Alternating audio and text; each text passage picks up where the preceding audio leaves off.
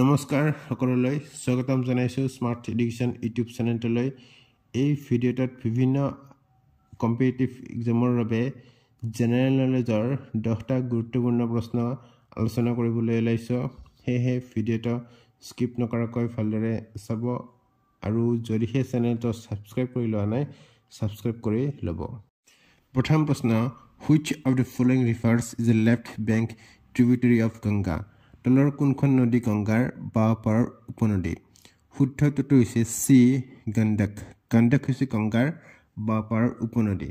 গংগাৰ আন বাওঁ পাৰৰ উপনদীসমূহ হ'ল ৰামগংগা, গোমতী, ঘাগ্ৰা, কোচি আৰু মহানন্দা। আনহাতে সোঁ পাৰৰ উপনদীসমূহৰ ভিতৰত আছে যমুনা, চম্বল, কেন, বেটৱা, সোন আৰু দামোদৰ। 2 নম্বৰ প্ৰশ্ন, in which year was the National Population Policy (NPP) the central government's second population policy formulated in India? কোন বছৰত ভাৰতৰ কেন্দ্ৰীয় চৰকাৰৰ দ্বিতীয় জনসংখ্যা নীতি ৰাষ্ট্ৰীয় জনসংখ্যা নীতি NPP প্ৰস্তুত কৰা হৈছিল? শুদ্ধ উত্তৰটো হ'ল এ, 2000। ভাৰতৰ ৰাষ্ট্ৰীয় জনসংখ্যা নীতি বা NPP যিটো কেন্দ্ৰীয় চৰকাৰৰ দ্বিতীয় জনসংখ্যা নীতি আছিল আৰু ই 2000 চনত প্ৰস্তুত কৰা হৈছিল। NPP 2000ৰ লক্ষ্য আছিল ভাৰতত প্ৰজনন হাৰ, পৰিকল্পনা, মাতৃ আৰু শিশুৰ স্বাস্থ্য আৰু লিংগ সমতাৰ দৰে জনসংখ্যা সম্পৰ্কীয় বিভিন্ন সমস্যা সমাধান কৰা। ই পৰিয়াল পৰিকল্পনাত স্বেচ্ছাসেৱী শিক্ষা আৰু স্বাস্থ্যসেৱাৰ জৰিয়তে মহিলা সবলীকৰণৰ ওপৰত গুৰুত্ব আৰোপ কৰিছিল। 3 নম্বৰ প্ৰশ্ন, which port is known as Queen of Arabian Sea? কোনটো বন্দৰক আৰৱ সাগৰৰ ৰাণী বুলি কোৱা হয়? শুদ্ধ উত্তৰটো হ'ল এ, কোচি পৰ্ট। কোচি পৰ্টক আৰৱ সাগৰৰ ৰাণী বুলি জনা যায় কিয়নো ই 14 শতিকাৰ পৰা ভাৰতৰ পশ্চিম উপকূলত এক গুৰুত্বপূৰ্ণ বাণিজ্য কেন্দ্ৰ আছিল। ইয়াত বহু শতিকা ধৰি মছলা আৰু অন্যান্য সামগ্ৰীৰ বাবে এক প্ৰধান বাণিজ্য কেন্দ্ৰ আছিল। 4 নম্বৰ প্ৰশ্ন, who among the following introduced the Ijra system in the later Mughal period? পৰৱৰ্তী মোগল যুগত নিম্নলিখিতসকলৰ ভিতৰত কোনে ইজৰা ব্যৱস্থা প্ৰৱৰ্তন কৰিছিল? শুদ্ধ উত্তৰটো হ'ল জুলফিকাৰ খান।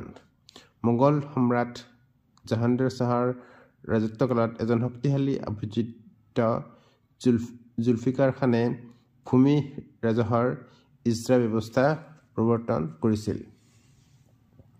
ইজৰা ব্যৱস্থা আছিল এক ৰাজকৃষি ব্যৱস্থা য'ত চৰকাৰে কৰ সংগ্ৰহ কৰিবলৈ ৰাজকৃষকসকলৰ সৈতে চুক্তি কৰিছিল। জৰদাৰ নামেৰে জনাজাত ৰাজকৃষকসকলক কৃষকসকলৰ পৰা কৰ সংগ্ৰহ কৰাৰ অধিকাৰ দিয়া হৈছিল।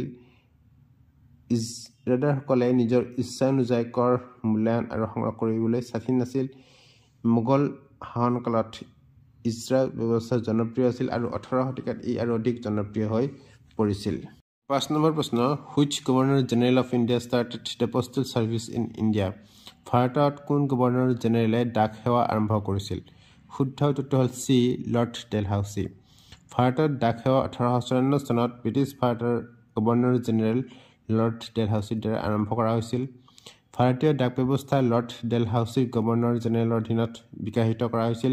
তেওঁ 1848 চনৰ পৰা 1856 চনলৈকে ভাৰতৰ গভৰ্ণৰ জেনেৰেল হিচাপে কাৰ্যনিৰ্বাহ কৰিছিল। 1854 চনত প্ৰথমবাৰৰ বাবে ডাক টিকট ব্যৱহাৰ কৰা হৈছিল। 6 নম্বৰ প্ৰশ্ন, দি সিংসভা মুভমেণ্ট ৱাজ ফাউণ্ডেড বাই? সিংসভা আন্দোলন প্ৰতিষ্ঠা কৰিছিল? শুদ্ধ উত্তৰটো হ'ল এ, 1873 AD। শিখসকলে সিংসভা আন্দোলন আৰম্ভ কৰিছিল। নামধাৰী অস্থিৰতা, সনাতন ধৰ্মৰ কাৰ্যকলাপ, আৰ্য সমাজবাদী আৰু খ্ৰীষ্টান ধৰ্মৰ দৰে শিখ ধৰ্মৰ ভেটি জোকাৰি গৈছিল। শিখ ধৰ্মক শক্তিশালী কৰিবলৈ ঠাকুৰ সিং চান্ধালিয়া আৰু জ্ঞান সিঙৰ নেতৃত্বত বিশিষ্ট শিখসকলৰ এটা সৰু গোটে 1873 চনৰ 1 অক্টোবৰত অমৃতসৰৰ সিংসভা প্ৰতিষ্ঠা কৰিছিল। 7 নম্বৰ প্ৰশ্ন, what famous ancient university was located in the city of Nalanda? Nalanda চহৰত কোনখন বিখ্যাত প্ৰাচীন বিশ্ববিদ্যালয় আছিল? শুদ্ধ উত্তৰটো হ'ল ডি, নালন্দা ইউনিভাৰ্চিটি। নালন্দা বিশ্ববিদ্যালয় ভাৰতৰ বিহাৰ ৰাজ্যৰ নালন্দা চহৰত অৱস্থিত এখন বিখ্যাত প্ৰাচীন বিশ্ববিদ্যালয় আছিল। ই এটা বৌদ্ধ মঠ আছিল আৰু খ্ৰীষ্টীয় 5ম শতিকাৰ পৰা খ্ৰীষ্টীয় 12শ শতিকালৈকে শিক্ষাৰ কেন্দ্ৰ আছিল। 8 নম্বৰ প্ৰশ্ন What was the name of the ship on which Mahatma Gandhi returned to India in 1915? 1915 চনত মহাত্মা গান্ধীয়ে ভাৰতলৈ ঘূৰি অহা জাহাজখনৰ নাম কি আছিল? শুদ্ধ উত্তৰটো হ'ল বি SS আৰবিয়া। 1915 চনত SS আৰব নামৰ জাহাজত উঠি ভাৰতলৈ আহিছিল। তেওঁ 1915 চনৰ 9 জানুৱাৰীত মুম্বাইৰ তেতিয়াৰ বম্বে এপ'ল' বান্দাৰত উপস্থিত হৈছিল। সেই সময়ত মহাত্মা গান্ধীৰ বয়স আছিল 42 বছৰ। ভাৰতত উপস্থিত হোৱাৰ পিছত মহাত্মা গান্ধীয়ে বিভিন্ন স্থানত সফলতাৰে সত্যাগ্ৰহ আন্দোলন আয়োজন কৰিছিল। 9 নম্বৰ প্ৰশ্ন Which Manipuri classical dancer opened the Govinji Nirtyanalaya Dance School for Women in Imphal? কোনজন মণিপুৰী ধ্ৰুপদী নৃত্যশিল্পীয়ে ইম্ফলত মহিলাসকলৰ বাবে গোবিন্দজী নৰ্তনালয় নৃত্য বিদ্যালয় মুকলি কৰিছিল? শুদ্ধ উত্তৰটো হ'ল বি বিপিন সিং। বিপিন সিং চলচ্চিত্ৰৰ নৃত্য পৰিচালক হিচাপে জীৱিকা উপাৰ্জন কৰিছিল যদিও তেওঁ পৰম্পৰাগত নৃত্য প্ৰকাৰৰ জ্ঞান সম্প্ৰসাৰণৰ ইচ্ছাৰ ওপৰত মনোযোগ হেৰুওৱা নাছিল আৰু সেই প্ৰচেষ্টাৰ অংশ হিচাপে তেওঁ ইম্ফলত মহিলাসকলৰ বাবে গোবিন্দজী নৰ্তনালয় নৃত্য বিদ্যালয় আৰু 1972 চনত কলিকতাৰ মণিপুৰী নৰ্তনালয় নৃত্য বিদ্যালয় গঠন কৰিছিল। 1918 চনৰ 23 আগষ্টত বিষ্ণুপ্ৰিয়া মণিপুৰী পৰিয়ালত তেওঁৰ জন্ম হৈছিল। তেওঁক মণিপুৰী নৃত্যৰ পিতৃ হিচাপে গণ্য কৰা হয়। 10 নম্বৰ প্ৰশ্ন International Tea Day is celebrated every year in India.